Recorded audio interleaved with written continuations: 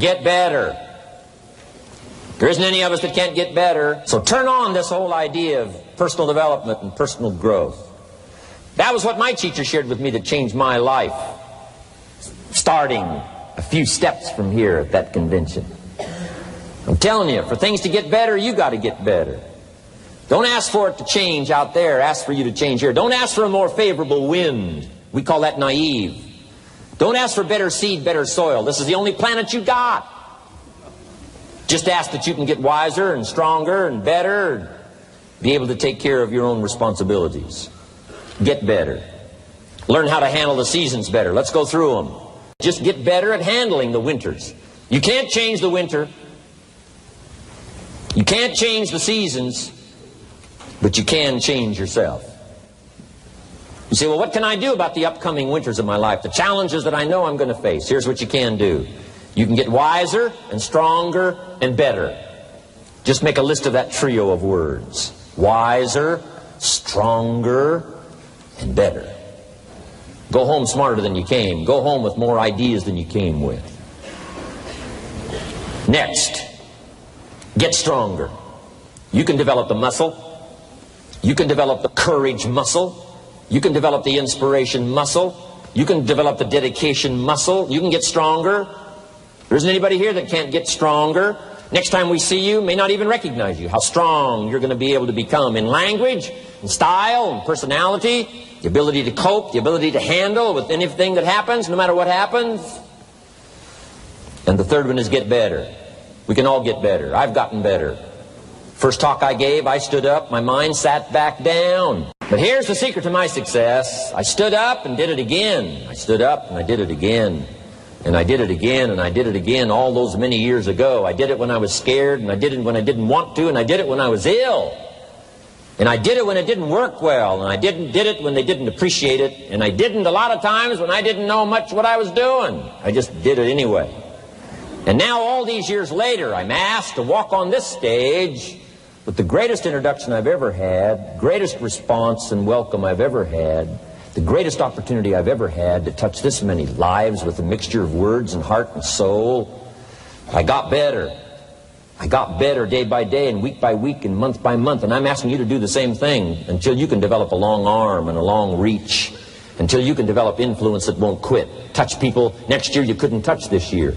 Touch people now you couldn't touch before. Conduct a meeting now you couldn't conduct before. Heart and soul now mixed in there that wasn't theirs, missing before. I'm asking all of you to get better in spite of the winters, in spite of the downturn, the money downturn, the social downturn, the personal downturn, whatever it is.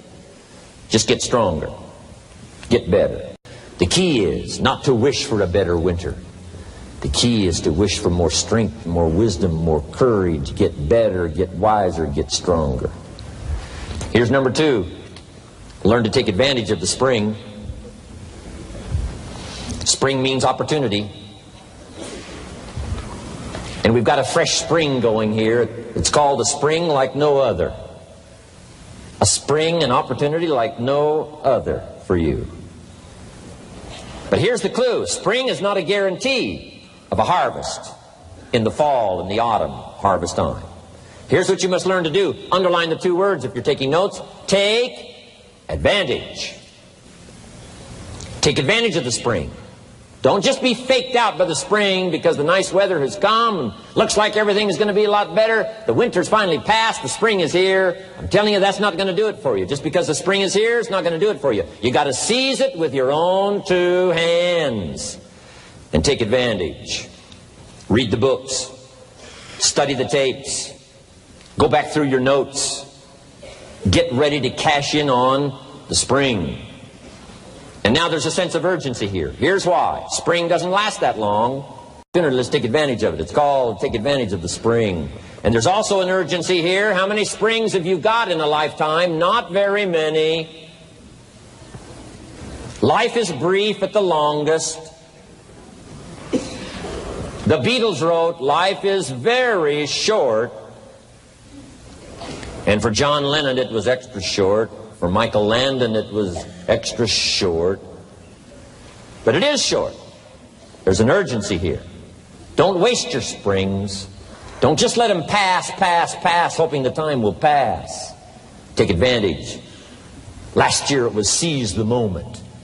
And I'm asking you now this season to seize the spring opportunity. You've got a new organization going, seize the spring. You've got a new distributor going, seize the spring.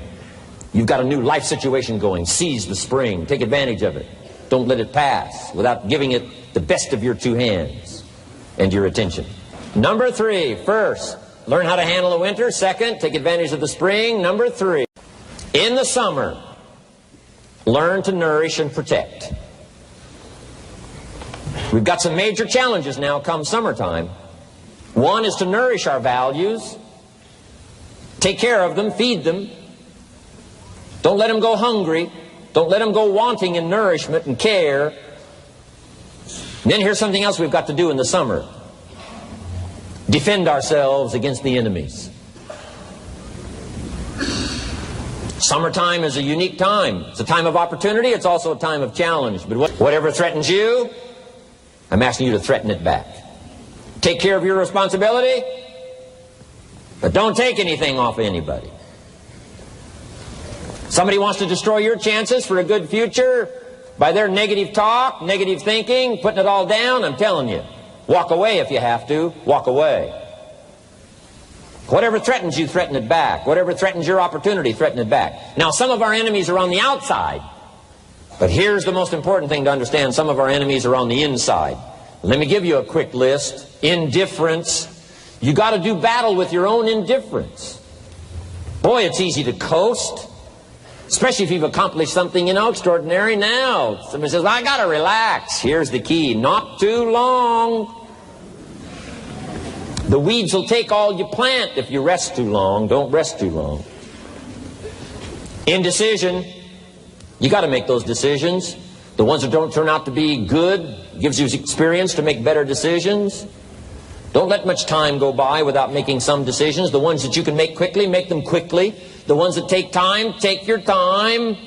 But get those decisions made. Don't let indecision be an enemy, rob you of the future, empty your bank account, leave you with zero in the purse. Don't let that happen.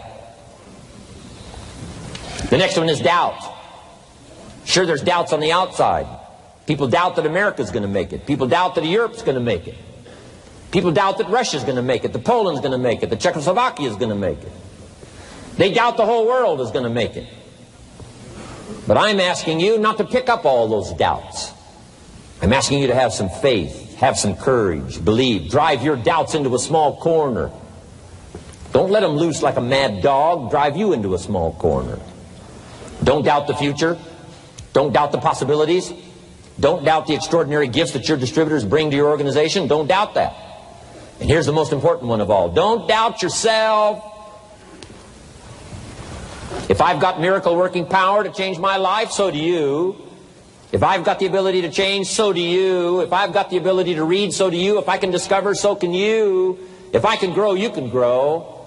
If I can develop, you can develop. If I can get an invitation like I got 6 years ago, help take something around the world, so can you. If I can stand on this platform, Idaho farm boy raised in obscurity, so can you. If the millionaire team can do it, president's team can do it, walk off with the diamonds, the trophies, so can you. I'm asking you, don't sell yourself short. We haven't sold you short. That's why Mark, Larry, and Dr. Katzen and I have decided to invest a big share of our life these 4 days in being with all of you. If we didn't think you were worth it, we wouldn't have showed up. We don't need to conduct another meeting. We don't need to walk on another stage. We don't need to get up early like we get up. Don't need it. Except for the challenge and the opportunity to invest in this many people's lives who wouldn't get up early. To have a chance to work miracles and invest in this many people's lives and help turn the world upside down for better nutrition called Herbalife. To a lot of people, ambition is kind of a mystery. The dictionary says it's an eager desire for distinction, power, or fame. But what does that really mean? Well, let's start with the word eager. All by itself, eager is kind of exciting. Kids are eager for their birthday parties. They expect to be the center of attention, get lots of presents, eat too much. I guess grown-ups are eager for birthdays too. Unless, of course, they're embarrassed that the number of candles on the cake outnumber their achievements. But we can be eager to see a ball game, eager to see our kids in a dance recital, eager to see an old friend, eager to shop for a new car. Eager sounds like a lot of fun. But do you ever hear people say they are eager to live a better life, eager to have a better family, eager to make a lot of money? Probably not. And that's a problem. Because how I see it, living a better life, having a better family, and making a lot of money takes an eager desire. We have the remarkable ability to get exactly what we must have. But there is a difference between wishes and desires. We've all heard people say, "Oh, I wish I could just drop 5 pounds. I want to be a little lighter." And we've probably said it ourselves, especially after a big holiday dinner of turkey and homemade pie and every other thing we can possibly stuff ourselves with in one 8-hour period of time. And even though we may wish we could breathe a little easier in our clothing, we have to have the desire to exercise a little more and eat a little less. The "I wish I could lose weight" has to become, "I have the eager desire to lose weight." I'm also sure you've heard people talk about wishing they had more money to pay the bills, or take a vacation, or just to take a little pressure off of life. But before their lifestyle can change, their wish needs to become a desire. If they really desired change, they wouldn't spend their evenings just watching TV and wishing they were doing something more. The backbone of an eager desire to change is discipline. True ambition is disciplined, eager desire. It's that little part within us that says, if I want to be ready for that meeting tomorrow, I need to finish preparing for it today. If I want to make sure I can pay for my kids' college education, I need to start saving today. If I want a better life tomorrow, I need to start working on it today. Ambition is a minute-by-minute, day-by-day mentality. To have the ambition to work towards a better family life, a newer car, a bigger house, a financially secure future, you have to live it every moment. If living a successful life was easy, I'm sure more people would be successful. If just being ambitious was enough, I'm sure all of the broke and perplexed people in the world wouldn't be broke and perplexed. While most people spend most of their lives struggling to earn a living, a much smaller number seem to have everything going their way. Instead of just earning a living, the smaller group is busily working at building and enjoying a fortune. Everything just seems to work out for them. And here sits the much larger group, wondering in awe on how life can be so unfair, complicated, and unjust. So what's the major difference between the little group with so much and the larger group with so little? Despite all the factors that affect our lives, like the kind of parents we have, the schools we attended, the part of the country we grew up in, none has as much potential power for doing good as the ability to dream. Dreams are a projection of the kind of life we want to lead. Dreams can drive you. Dreams can make you skip over obstacles. When we allow our dreams to pull us, they unleash a creative force that can overpower everything in our way. To unleash this power, though, your dreams must be well defined. A fuzzy future has little pull power. Well-defined dreams are not fuzzy. Wishes are fuzzy. To really achieve your dreams, to really have your future plans pull you, your dreams must be vivid. One of the issues Mr. James dealt with in his lifetime was, what does it mean to be a success, a significant person? After years of pondering this question, William James described success as a combination of two things. Number one, an inner ideal which is followed persistently with courage. And number two, outer achievement related to that ideal. Let's go back to number one, an inner ideal which is followed persistently with courage. I take that to mean defining a goal and having the resolve to complete it. No matter what, I'll do it or die. Promise yourself you'll read the books until your skills change. Go to the seminars until you get a handle on it. Do it until it makes sense. Practice it until you've got it right. Don't give up until you get where you want to be, however long that is. Step by step, piece by piece, book by book, seminar by seminar, do it until. Go for it. Until is a very important word. It's magic. It means that you'll never give up. Don't miss the chance to grow, to pay the price. Until you learn, change, grow. You'll discover some of life's great treasures when you pay that price. William James' second part to success dealt with the outer achievement related to that ideal. You need both aspects to really be a success. But what Dr. James realized about his philosophy of success was that the first part is indeed more important than the second. Going for it. As long as you're working toward your inner goal, your dream, then success is possible. But once you give up your inner vision, then you can never become successful. You never will become successful. Until doesn't even matter. Now, maybe the person who's been working on a project for 10 years can be successful in his own right, if he's honestly working toward it, doing everything to make himself worthy of reaching the dream, really happy with where he is, doing it until. Then maybe he is a success. It's a personal thing, going for it one step at a time. Going for small accomplishments along the way for however long it takes. So let's think about this for a moment. What outside evidence or results or proof can be seen when you accomplish your goals one step at a time? You'll start to see things change around you, little things, not major things, but little everyday things, things you may not even notice unless you are paying attention.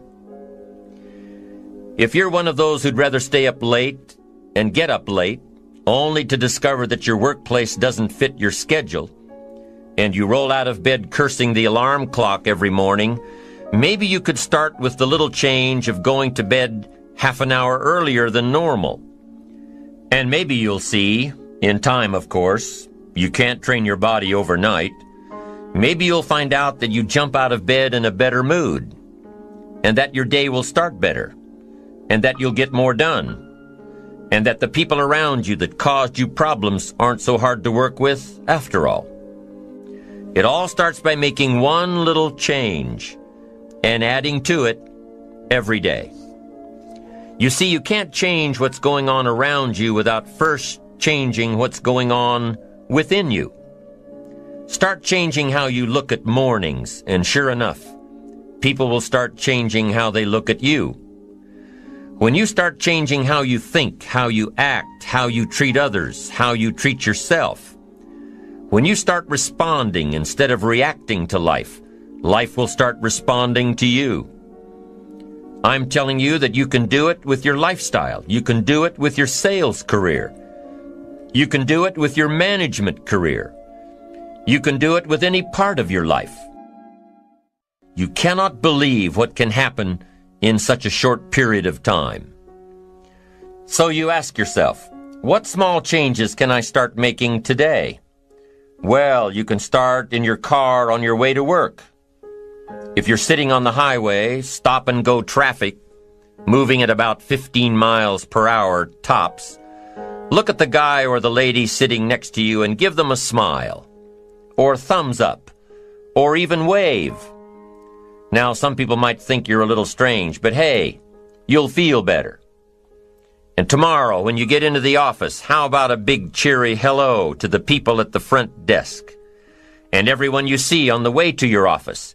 And when you get home tonight, how about giving your wife or husband and kids big hugs instead of collapsing on the sofa? When you start with the little things that make others happy, improve their day, you'll find that these little things add up to big ones. So what happens when you start taking charge of your own personal happiness, your own life? Do you think that these little things will somehow make a difference in meeting your goals? You bet they will. You can't do it alone. You can't be successful by yourself. It's hard to find a rich hermit, you know. The ambitious person realizes that each of us needs all of us. You all by yourself may have finalized the company's marketing plan, or finished up the sales projections, or even wrote the mission statement for the year to come. Even if you did this all by yourself, you really had the help of all of those around you who tolerated and supported your need to be undisturbed, or provided service to you during the project. Maybe you should thank those people every once in a while with a dinner certificate or a bouquet of flowers. After all, without your support team, you probably wouldn't be where you are today. You can't be successful by yourself, so thank them. Thank those around you, and let them know just how important they are to you. Be it your office personnel or your family or your friends, a thank you sure goes a long way. You don't have to worry about the winds that will most certainly blow around you, the obstacles, the negativity that will stand in your way. You don't have to worry about what other people will say. You just have to keep your mind on your course. Those winds may blow fast and furious, but if you know your path, if you know where you are going, they will help push you toward the dreams and goals and treasures that you have already decided you're going after. Your goals will push you forward, ahead of the stormy weather. There are some amazing people around that we can learn from today. People who have already braved the storms and come out on top. People who are still alive today. People who started with nothing and ended up with something great. Famous people, not so famous people. Maybe even people you know, but don't know their stories. People who had an early vision and ambition. People who turned their focused dreams into the reality of success. One of my friends tells this story about her dad. She thinks he's cheap.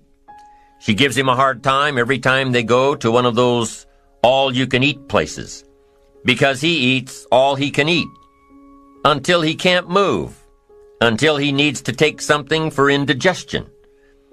But she knows where he came from, his history, and understands just why he is the way he is.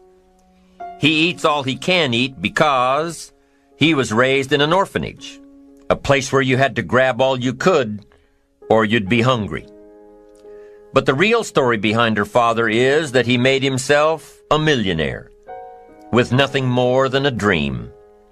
He watched his own father drown when he was 4, was taken away from his mother a few years later and put into an orphanage because he was so bad. Raised by other people, strangers. After growing up in foster homes, he decided to go out on his own. He barely finished high school, but he found a job as a vacuum cleaner salesman. He did well, really well. But the woman he loved didn't want to marry a vacuum cleaner salesman, and he really didn't want to be one. So he went to college, went on to medical school, prospered, really prospered, led a tremendously successful life as a radiologist, and is now retired, goes fishing, rides his Harley. Stories of success are all around us, everywhere. Take the time to talk to these people or read their stories. You might learn something. You might find out that they have already traveled the path you are now on. Many of these people have written books on their journeys. These books tell the stories and give the secrets that we can all learn from. Let's say you decided to take a trip, just a short one, maybe for a weekend. Let's say you want to go away to a place you've never been before. Wouldn't you want to find someone who had been there? Ask them a few questions? What's the best way to get there? The safest route? The quickest route? What do I need to bring to be totally prepared? What fun things should I look for on the way? What dangers do I need to avoid? By talking with someone who has already been there, it'll make your trip that much more enjoyable. It's the same thing with life. By listening to those who are farther along in the journey you are interested in taking, and learning from their successes and failures, you just might pick up something that will make your journey that much better. Listening to the stories of others can be motivating, captivating. They can provide that extra push you've been looking for. They can demonstrate what the power of ambition is truly all about. They've been there. Their knowledge is valuable. And when you use that knowledge and motivation to take action, you'll gain momentum. Eventually, you will find that the key to motivation, true motivation, is right there inside you. You won't have to look elsewhere to get pumped up, turned on, charged up. With the right knowledge behind you, you will learn how to motivate yourself. With the right knowledge, you will find yourself becoming inspired on your own. And in order to move forward, you must be motivated, inspired, ambitious. You must have dreams and goals that create ambition, good ambition, positive ambition. Now, ambition does not mean being greedy. It does not mean being selfish. It does not mean getting ahead at the expense of others. Ambition is not greed. Ambition is not avarice, an all-consuming desire for wealth. Ambition is not hoping you can win at the expense of others. Do you suppose Judas was ambitious? He ended up with 30 pieces of silver, a fortune in those days. Was Judas successful because he had all that money? No, Judas sold out. Was Judas happy when it was all over with? No. The money didn't make him happy. What he did to get the money certainly didn't make him happy. What Judas became in the pursuit of his fortune caused him to end his own life. What drove him was not ambition. Ambition is not greed.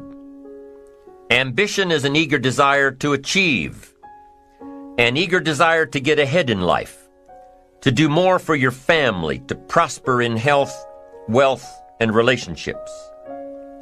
Now, desire does not always translate into ambition. Desire is what you want for yourself. A bigger house, a better car, a fatter bank account, a better life. I desire to have these things. Ambition is how you get there. Desire is sometimes healthy. Desire is sometimes unhealthy. Desire might say, I want the tallest building in town. The destructive side of desire might urge you to tear all of the other buildings down. I guess that's one way to do it. You might get away with tearing down the first one and maybe the second one. But in your desire to tear them all down, sooner or later, some guy is going to be standing out in front of his building saying, I'm on to you. Get out of here. And pretty soon you're no longer known as a builder. You're known as a destroyer. Now, the second way to have the tallest building in town is to see it, dream it, and plan it, and put your team on it, work on it. Go through all of the steps to get there. Do it right. Have the ambition to be the owner of the tallest building in town, and go through all of the right steps to get there. If you really want it, and have the skills to do it, and the patience to weather all of the storms, your ambition will lead you there. We get paid for bringing value to the marketplace. Now, it takes time to bring value to the marketplace. However, we do not get paid for time, so we cross that out. Mistakenly, the man says, I'm making about $20 for an hour. Not true. If that was true, you could just stay home, right, and have them send your money. So that's not true. We don't get paid for time. We get paid for value brought to the marketplace. Now, since that's true, here's one of the key questions of my talk to you today. Is it possible to become twice as valuable to the marketplace and make twice as much money in the same time? Is that possible? The answer is yes. Could you become 3 times as valuable as you might be right now to the marketplace and make 3 times as much money? in the same time? And the answer is yes. 5 times, 10 times? Of course.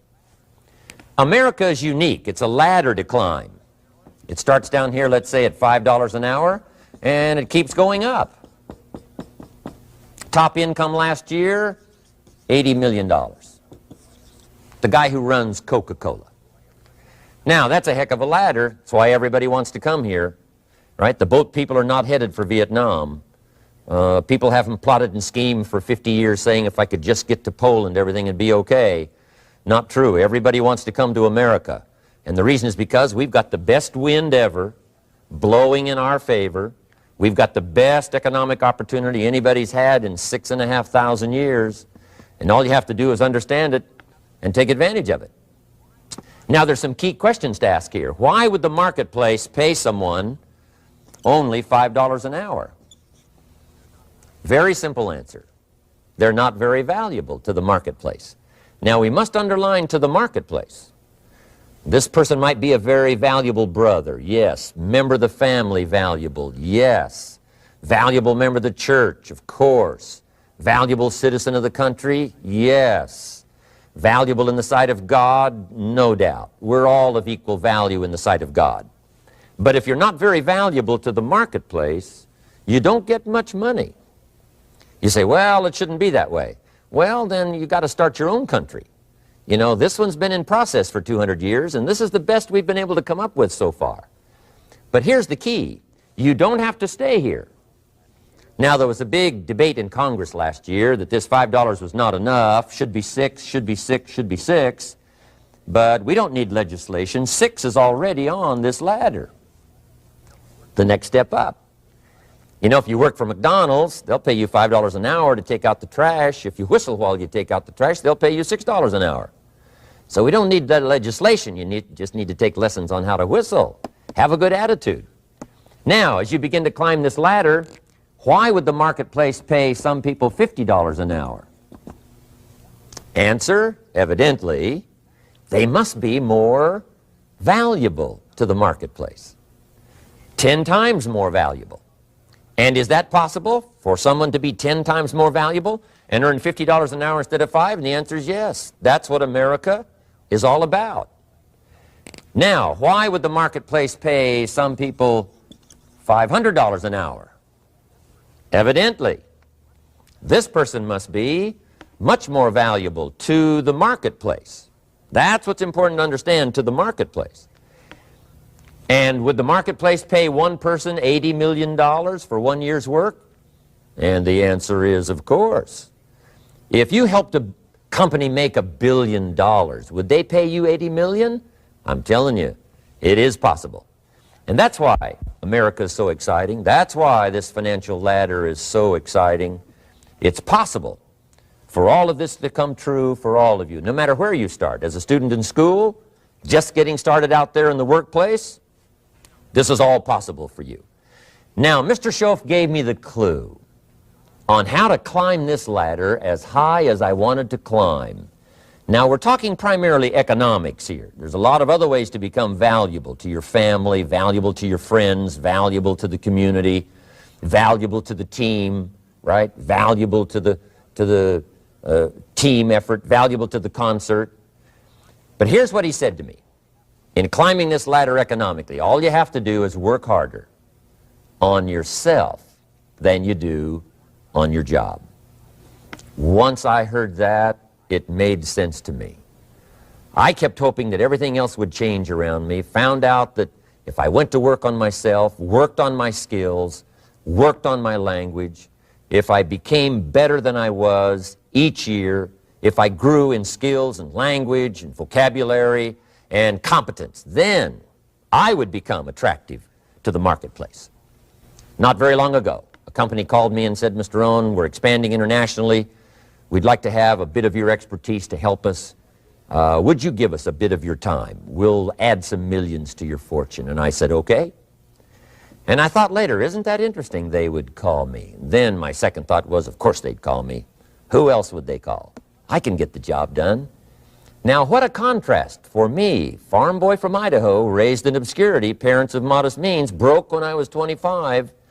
How come I would get a telephone call and someone offer me a lot of money to help them in expanding around the world. Simple answer, evidently, something happened to me between age 25 and where I am today.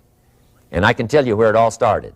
From my teacher, Mr. Schoaf, who said to me, we don't have to change what's going on out there. That's the wind that's blowing. All we have to do is change what's going on in here. And now there's several ways to do that on personal development. And let me give you those ways. Here's the first one. We must learn from personal experience. Pretty simple. Learn from what happens to you. Take a look back over the last few months. Did you make some mistakes? How could you correct those for the future? Take a look back over the last year. Have you done it right or done it wrong? Let's correct it for the next year. Learn from your personal experience. Mr. Schoaf asked me when I first met him, he said, Mr. Rohn, how are you doing? You've been out there now 6 years. And I said, I'm not doing very well. He said, I suggest you not do that anymore. What a simple, swift analysis to my situation. He said, if you keep doing it, the next 6 years will be like the last 6. You don't want that to happen. Let's make the changes. So learn from your personal experience. Now here's number 2, why I came to share this video experience with you today. And that, I call it OPE, other people's experiences. That's me, other people. That's your teacher, other people. That's your friends and colleagues, other people.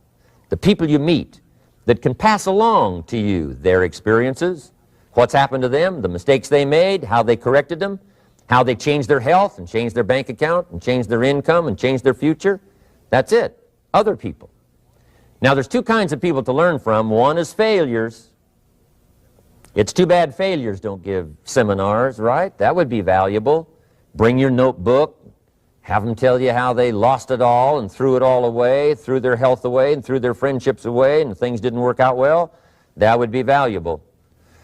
But now then we must also learn from positive, people that have done well. They've got the health, and so we ask them, how did you become so healthy? They've got the skills, so we ask them, how did you become this skillful? They've got the income, so we ask them, how did you get here in such a short period of time? So now here's what's important in personal development. In learning from other people, we learn, number 1, by observation. We learn what we see. We watch people that are successful in what they do. In sports, we watch their disciplines. In business, we watch their disciplines. By observation, what we can see. The reason I created this video is something that you could see someone's experiences translated for you. Second, we learn by what we hear. I've got some of my lectures on cassette tapes, so you can take them with you wherever you go and learn by listening. Turn your car into a mobile classroom and listen. And then listen to the sermon on Sunday morning. Listen to the lectures. Listen to the teacher. Listen to someone who's got something good to say. And then number 3 is vitally important on personal development, and that is read all the books you can possibly read in your lifetime. Mr. Schoaf got me started on my library. I've got one of the better libraries. Haven't read everything in it, but I feel smarter just walking in it. My library. At least I was smart enough to buy it. Now I got to be smart enough to read it. And then, of course, I got to be smart enough to decide what's valuable and then do it. But this one is very important. Become a good reader. Some books that helped change my life. Mr. Schoaf recommended, of course, the Bible. And my parents made sure I was a pretty good scholar by the time I was 18. That's been so beneficial for me, drawing from those illustrations, reading about those stories, people who made it and people who didn't make it and what the difference was. And then other books that helped to really change my life. One called Think and Grow Rich by Napoleon Hill. And then a book that helped me become financially independent by the time I was 31. And that book is called The Richest Man in Babylon by George Clason. And I'm going to share a little bit of that book with you when I get to financial independence today, our 3rd subject. But I started reading the books, attending the classes, making sure that I got in front of people that had something good to say. And then I started keeping a journal. One of the major things my teacher taught me was to keep a journal. He said, don't trust your memory. If you hear something good, just make a little note and write it down. Now, at first I took, notes on pieces of paper and torn off corners and backs of old envelopes, and it didn't serve me well, thrown in a drawer. Then I learned to keep a journal, a bound copy of all my notes. So I would suggest you do the same. Things that impress you, a poem that impresses you. When you attend a class, some of the ideas that impressed you, jot them down. You read something in a magazine, right? Some ideas, take those out, put them in your journal. Keep a good journal the rest of your life. This will serve you well. My journals make up a significant portion of my own library. And if you saw my library and saw my journals, I tell you what you'd have to say. This is the library and these are the journals of a very serious student. No wonder Mr. Rohn is invited to lecture and speak on his experiences around the world. So I want the same thing to happen to you. Value captured that you can resort to later, go back over it and review it and let it become valuable to you. So that's my first subject, personal development. Work harder on yourself than you do on your job. Develop the skills, learn the lessons, take the classes, absorb all that is being taught to you these days. And then later on, of course, you can sort it out, what's valuable to you and how to refine it for your business and for your life and for your future. But the main thing is to get it and start this process of personal change, personal development. And let me say it one more time. If you will change, everything will change for you. You'll never be the same. You'll keep growing. As you look back on a few months, look back on a few years, you won't believe the progress you can make. Economically, your relationship with your family, your friends, and whether you're in sports or economics or whatever, I'm telling you, that whole process of committing yourself for personal change, personal value, can really make your life unique and worthwhile.